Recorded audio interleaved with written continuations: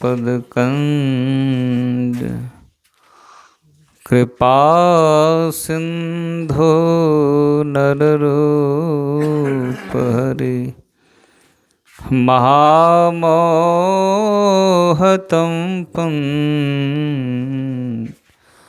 जासु वचन रविकर निकर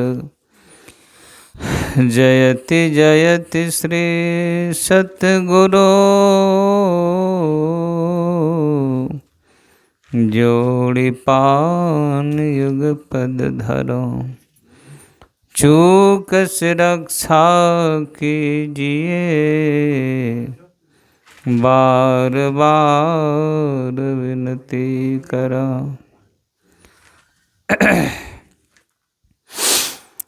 जगत बंद जगदाधार प्रातः स्मरणीय अनंत श्री विभूषित परमाराध्य के युगल पाद पद्मों में कोटि से नमन तथा मंचासीन हमारे पूज्यपाद स्वामी महेंद्र बाबा, हमारे पूज्य सुखदेव बाबा, हमारे पूज्य मांगन बाबा, हमारे मान्य रामविलास बाबा, ब्रह्मचारी केदार बाबा, मान्य हमारे मास्टर साहब लक्ष्मण बाबू, मान्य हमारे मास्टर साहब महेंद्र बाबू तथा उपस्थित तमाम गुरुजन, सत्संग प्रेमी महानुभावों, माताओं तथा भक्तिमती बहनों को भी मेरा शंख बार नमन।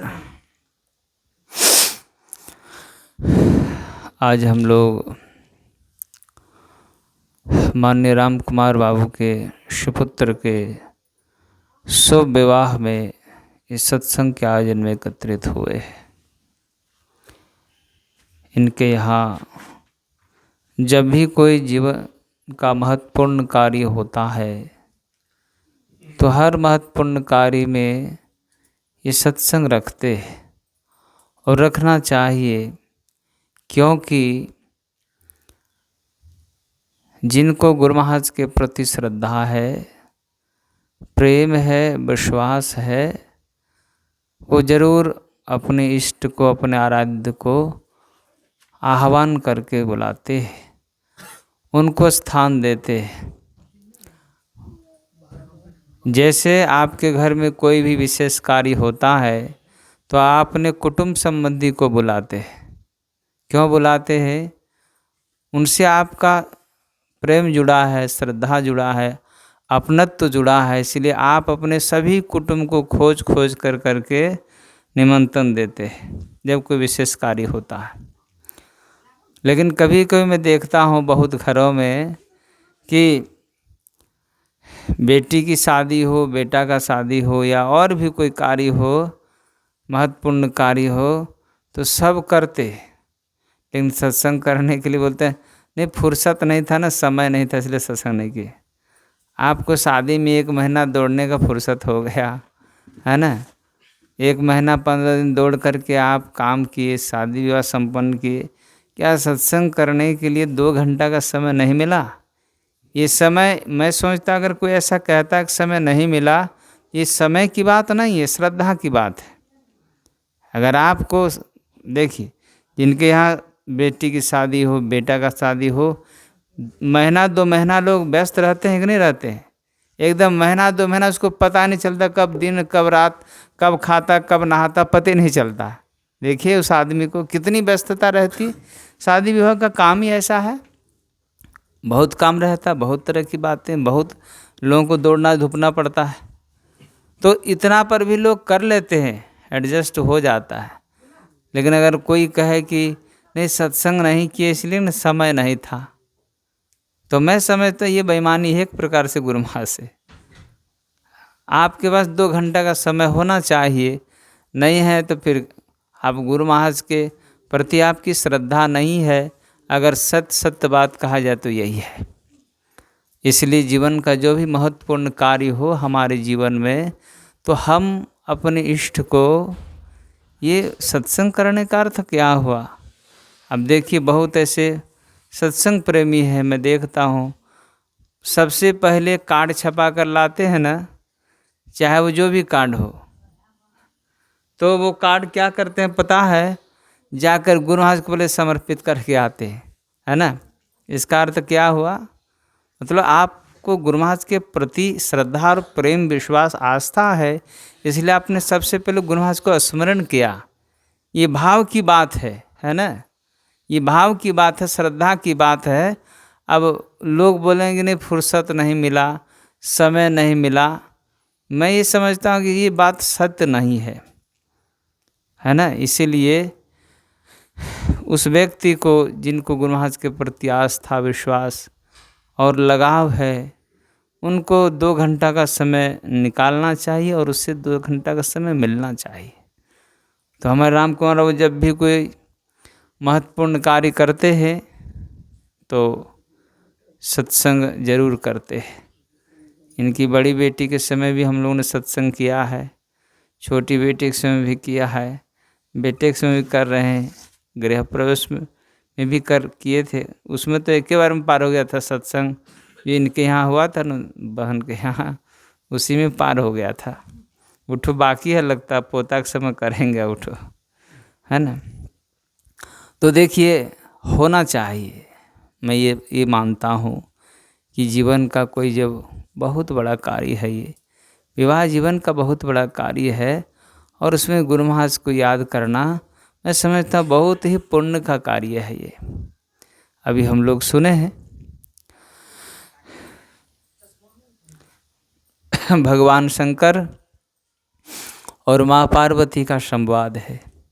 देखिए गृहस्थ जीवन कैसे चलना चाहिए, एक परिवार कैसे चलना चाहिए, ये भगवान शंकर हम लोग को शिक्षा देते हैं। भगवान शंकर भी विवाहित जीवन जीते हैं और उसका वैवाहिक जीवन कैसे चल रहा है ना? अद्भुत चल रहा है। आज हम लोगों के घर में जरा सा भी कुछ बात हो जाए, हम लोगों के घर में, बहुत घरों में देखता हूँ छगरी बकरी के लिए झगड़ा हो जाता, होता है कि नहीं? हो जाता है कि नहीं? बहुत बार। अब भगवान शंकर के घर में ये संदेश मिल रहा है कि वहाँ बैल भी और बाघ भी है, दोनों एक ही साथ रहता, झगड़ा नहीं हुआ कभी, है ना? चूहा भी है वहाँ और सांप भी है, कभी झगड़ा नहीं हुआ, कभी पंचायती नहीं हुआ। सांप भी है और मोर भी है, झगड़ा नहीं हुआ कभी। क्यों नहीं हुआ मालूम? हम बहुत घरों में देखते हैं पंचायती हो रहा है, गोतनी गोतनी में पंचायती, कौन चीज़ का? छगरी बकरी के लिए, है ना? होता है, पड़ोस पड़ोस में हो जाता है। लेकिन भगवान शंकर का घर देखिए, भगवान शंकर के घर में बाघ भी है और बैल भी है, सांप भी है और चूहा भी है, और सांप भी है और मयूर भी है। एक दूसरे का क्या है? भक्षण करने वाला है। बाघ बैल को खा सकता है, सांप चूहा को खाने वाला है, मोर सांप को खाने वाला। एक दूसरे का विरोधी बैठा है, लेकिन फिर भी घर में कभी पंचायती नहीं बैठा। क्यों नहीं बैठा मालूम? एक ही कारण है, और वो कारण क्या है? वो कारण है सत्संग। भगवान दिन रात सत्संग करते हैं। अब हम लोग यहाँ जब भी अशांति होता, सत्संग छोड़ने पर ही होता। इसीलिए भगवान शंकर अपनी गिरिजा से, अपने अर्धांगिनी से कहते हैं, देवी गिरिजा संत समागम, संतों के समान संसार में लाभ कुछ नहीं है।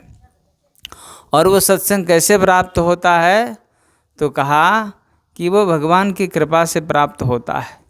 देखिए सत्संग और संत का महिमा भगवान शंकर क्यों गाते हैं?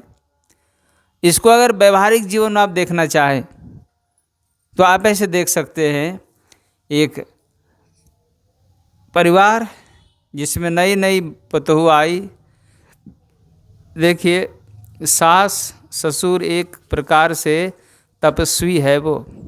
अगर आपके पति का उम्र 20 वर्ष है ना, तो सास ससुर का कितना उम्र हुआ? 40 होगा कि नहीं? अगर बेटा 25 का है तो माँ 50 की है, पिता, तो वो 50 वर्ष का तपस्वी है उस घर का। और कोई आज ही जा रहा है उस घर में, आज पहुंच रही है, और आज ही वो सोचती है कि सब गोदरेज का चाबी हमारे पास आ जाए। ऐसा होगा? नहीं होगा ऐसा, क्योंकि उनकी तपस्या 50 साल की है भाई। और अब आज जा करके बोलेंगे कि सब हम ही मालिक तुरंत हो जाएं, ऐसा कैसे होगा? अब गई पुतहू तब झगड़ा होने लग गया।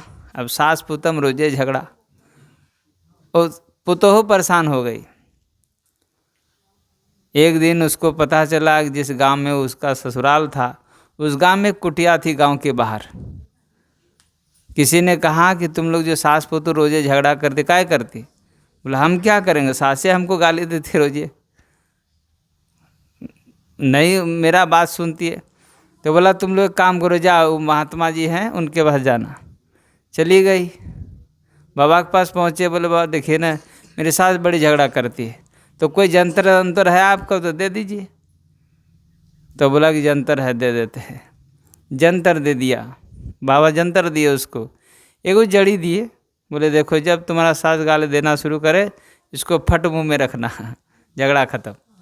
अब गई जड़ी लेकर के घर, अब सुबह हुआ, अब कोनो बात नहीं देखते ना हो जाता, तो सास गाली देना शुरू कर दी। तो उनको याद हुआ गांठ में बांध कर रखी थी, जड़ी निकाली मुंह में भर ली, मुंह में भर ली। 1 घंटा गाली दी चुपचाप, कुछ उत्तर नहीं दी। अब जड़ी भरा, बोला मुंह नहीं खोलना नहीं तो जड़ी काम नहीं करेगा। 1 घंटा गाली दी, चुपचाप रही। फिर दूसरे दिन फिर वो गाली दिए, ऐसे 15 दिन तक वो गाली दी और एक बार जवाब नहीं दी। तो सास को लगा कि हमारी पुतोह जो है सुधर गई, बेकारी गाली दे दे। एक दिन साफ चाबी उठा लिया और दे दिया पुतोह को, बोला देखो घर संभालना, हम जाना हरिद्वार घूम के 6 महीने बाद आएंगे। अब सास चली गई हरिद्वार घूमने, तो अब झगड़ा किससे होगी? उस पुतोह सुबह नहा धोली, 5 किलो मिठाई फल है ना नारियल लेकर के बाबा के पास पहुंची। बोले बाबा आपका बड़ी कृपा। बोले क्या हुआ बेटा? बोला आपका जड़ी बहुत काम किया। बोले कैसे? बोले कि जड़ी जिस दिन दिए हैं ना उस दिन से झगड़ा एक दिन भी नहीं हुआ, गाली गलौज नहीं हुआ, और सास सब चाबी हमको दे करके चली गई घूमने हरिद्वार। बाबा बोले देखो बेटी हमने जड़ी तड़ी कुछ नहीं दिया था। अच्छा जब सास गाली दे तुमने उत्तर दिया उसको? कहा नहीं। बोले तुम चुपचाप रही, झगड़ा नहीं हुआ, यही जड़ी था, मैंने जड़ी तड़ी कुछ दिया नहीं था तुमको। आप देखिए संतों की महिमा का असर हुआ कि नहीं, संग का असर हुआ कि नहीं। इसलिए कहते हैं गिरजा संत समागम समन लाभ कछुआन। संतों के संग का जो लाभ है वो संसार में ऐसा लाभ कहीं नहीं है, संत महापुरुष कहते हैं। इसलिए सत्संग की बड़ी उपयोगिता। भगवान शंकर ने अपनी अर्धांगिनी से कहा देवी देखो हम लोग बाल बच्चेदार हैं या फिर वैवाहिक जीवन में आ गए हैं, तो सत्संग की ज़रूरत है। इसीलिए कोई भी शुभ कार्य करें तो सत्संग से ही प्रारंभ करें। इस बात को ध्यान रखें, हम लोग इस बात को ध्यान रखें। अभी हम लोग ने चर्चा सुना है, भगवान शंकर का जो घर है ना अद्भुत घर है ना, अद्भुत घर है उसका, लेकिन कभी उसके घर में अशांति नहीं सुना गया। क्यों नहीं सुना गया?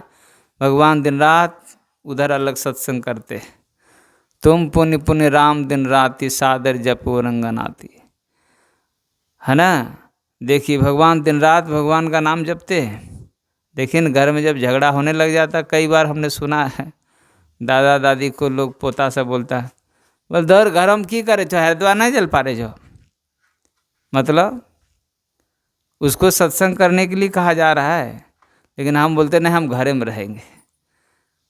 भगवान शंकर ये संदेश देते हैं कि घर में रहिए सही, लेकिन सत्संग से जुड़े रहिए, उस घर में अशांति नहीं होगी। वैवाहिक जीवन का एक वो अंग है, इसको ऋषि परंपरा ने सृजन किया है। ऋषियों ने विवाह का एक विधान बनाया है, और इसको संस्कार की दृष्टि से देखेंगे तो 15वां संस्कार में विवाह आता है ना। विवाह 15वें संस्कार में आता है, और विवाह भी संस्कार पूर्ण अगर हो तो संतान भी संस्कारी होगा। आजकल विवाह संस्कार पूर्ण नहीं हो रहा है तो संतान भी संस्कारहीन हो रहा है। विवाह संस्कार पूर्ण होगा तो संतान भी संस्कारवान होगा। लेकिन आज विवाह में भी लोग गड़बड़ करते हैं, बिना माता पिता का आदेश से विवाह कर रहे हैं, है ना। अपनी जात छोड़कर दूसरे जातों में करते हैं। इसका दुष्प्रभाव गीता में भगवान श्री कृष्ण ने कहा है, अगर कोई माता पिता के विरुद्ध है ना जाति के विरुद्ध विवाह करता है तो इसका दुष्परिणाम बताया गया है। गीता में भगवान शंकर ने कहा उनके यहाँ वर्णशंकर पैदा होंगे संतान। वर्णशंकर का क्या अर्थ है?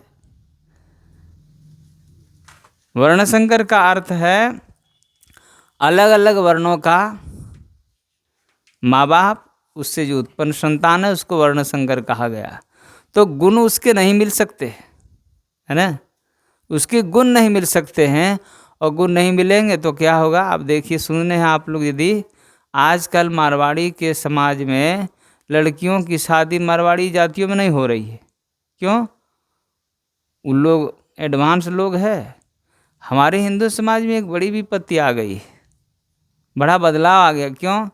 हमारे पास कमी किसी बात का नहीं है, नौकरी चाकरी बिजनेस व्यापार सब कुछ है, लेकिन हमको क्या जो माथा में लोड चढ़ गया है, 1 से 2 संतान नहीं, हम पालिए नहीं पाएंगे। अरे कोई 10-10 12 पाल रहा है भाई, अब एके में डर रहे हैं, एके को पाल नहीं पा रहे हैं, ये क्या चक्कर है? इसीलिए महापुरुष कहते देखिए, संतान वर्णशंकर होगा तो लोग एक संतान हो जाए ऑपरेशन करा दे, बेटा हो गया ऑपरेशन करा दे। अब यदि आप केवल बेटा ही बेटा हुआ तो आपको पतो चाहिए कि नहीं चाहिए? अब सबको ऐसे चालाकी कर रहा है। अब लड़की उन्होंने क्या नहीं है, लड़की नहीं है तो क्या हो रहा है? दूसरे जातियों की लड़की से शादी हो रही है। अब मारवाड़ी का जो संस्कार है और दूसरी जाति का संस्कार है, इसमें अंतर है। अब अंतर क्या है कि उनके घरों में भी, मारवाड़ी के घरों में खाने पीने वाले लोग अब हो गए, क्योंकि दूसरे जाति के लोग जा रहे हैं। जो खाने पीने वाला है उनके यहाँ उसके उनसे जो उत्पन्न होगा संतान, वो मारवाड़ी के संस्कार से कुछ अलग होगा।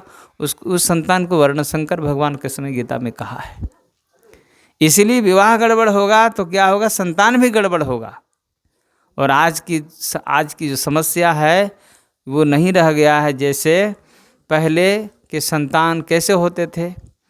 विवाह से पहले और विवाह के बाद भी संतान को संस्कारी बनाने के लिए लोग धर्म का उपदेश करते थे, धर्म का आचरण करते थे, धर्माचारी होते थे। माँ बाप धर्माचारी होते तो संतान भी धर्माचारी होते थे।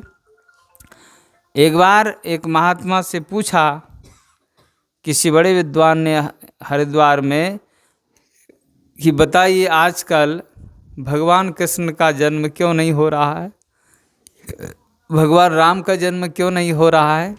उस समय एक रावण था तो भगवान राम का जन्म हो गया, एक कंस था तो भगवान कृष्ण जन्म लिए। आज तो घर घर में कंस और रावण हो गया है। आज भगवान का जन्म होना, अवतार होना उससे भी ज़्यादा जरूरी है। उस संत ने उत्तर दिया कि आज भी हो सकता है, ऐसा बात नहीं कि आज नहीं है।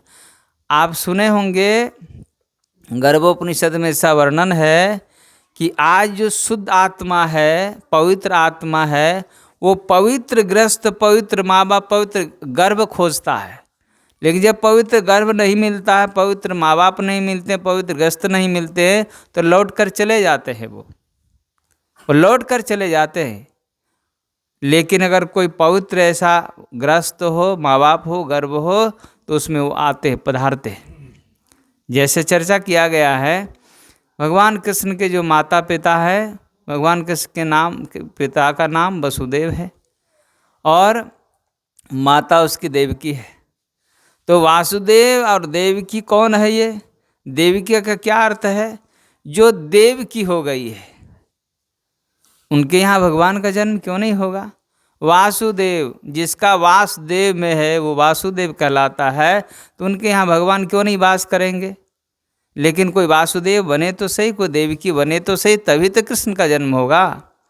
हम कृष्ण बनना नहीं चाहते हैं, हम देवकी बनना नहीं चाहते, लेकिन कृष्ण जैसा संतान चाहते हैं, नहीं होगा। भगवान श्री राम के पिता दशरथ है, उनकी माता कौशल्या है। कौशल्या कौन है? कौशल्या का अर्थ है जो सभी का कुशल चाहती है। दशरथ का क्या अर्थ है? दशरथ। दशरथ मतलब हम लोग अगर इसको शब्द को अलग अलग अर्थ लगाएंगे, 10 माने 10 संख्या का, रथ माने रथ, तो क्या वो 10 रथ में चलते थे क्या? नहीं, उसकी जो 10 इंद्रियां थी उन्होंने रथ मतलब रथ कौन चला सकता है? जो लगाम उसमें लगाता है। 10 इंद्रियों पर जिसका लगाम है, जिस पर काबू है, उसको दशरथ कहा गया है। जिसके यहाँ जो दशरथ का व्यवहार करेगा उसी का संतान ही दशमुख का वध कर सकता है। लेकिन हम यहाँ दशमुख बने हुए हैं तो फिर रावण का वध कैसे होगा? हम खुद ही रावण बने हैं।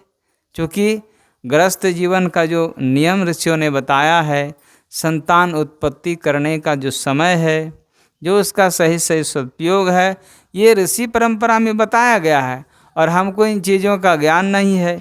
इसलिए संतान आज संस्कारी जन्म नहीं ले रहा है, एक मशीन पैदा हो रहा है जिसको केवल और केवल पैसा कमाने के लिए पैदा करते लोग, कि पैसा कमाए, बिजनेस करे और बाकी कुछ न करे, बाकी और किसी चीज़ से मतलब नहीं है।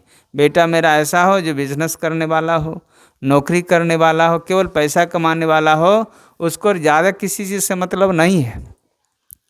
इसीलिए कहा है कि दशरथ हो, कौशल्या हो। माँ कौशल्या कैसी माता है? अब जानते हैं भगवान श्री राम का जब वनवास हुआ, माँ कौशल्या को बाद में पता चला। माँ कौशल्या आ गई और कहा, बोली कि तुम वन जो जा रहे हो किसके आदेश से जा रहे हो? कहा पिता का आदेश हो गया। माँ कौशल्या बोली, देखो पिता से माता का 100 गुना अधिकार है संतान पर। हम लोग सुनते हैं माता 100 गुना, पिता से 100 गुना अधिकार माँ का होता है। इसीलिए हमारा 100 गुना अधिकार है, तुम्हें जंगल नहीं जाना है। भगवान श्री राम ने कितना सहज में कहा कि नहीं, माता का भी आदेश हो गया है। कहा कि किस माता? हमने तो आदेश नहीं दिया है। कहा कि माँ, जो छोटी माता कौशल्या कैकेयी है ना, उसका आदेश भी हो गया है। अब देखिए, माँ कौशल्या ये बात एक बार भी नहीं बोली कि जन्म तो हमने दिया है, तो हम तुम्हारा असली माँ है, कौशल्या के आदेश से तुम वन कैसे जा सकते हो? नहीं बोली एक बार भी। कहा जब माँ का आदेश हो गया है तो फिर जाओ। अब देखिए, दूसरी माँ होती तो बोलते नहीं, वो तो तुम्हारी सौतेली माँ है, तो उसके आदेश पर तुम जाओगे। सहज से बोली एकदम शांत होकर कि माँ का आदेश हो गया तो फिर तुम जाओ। ये एक बार भी नहीं बोली हम तो आदेश नहीं दिए।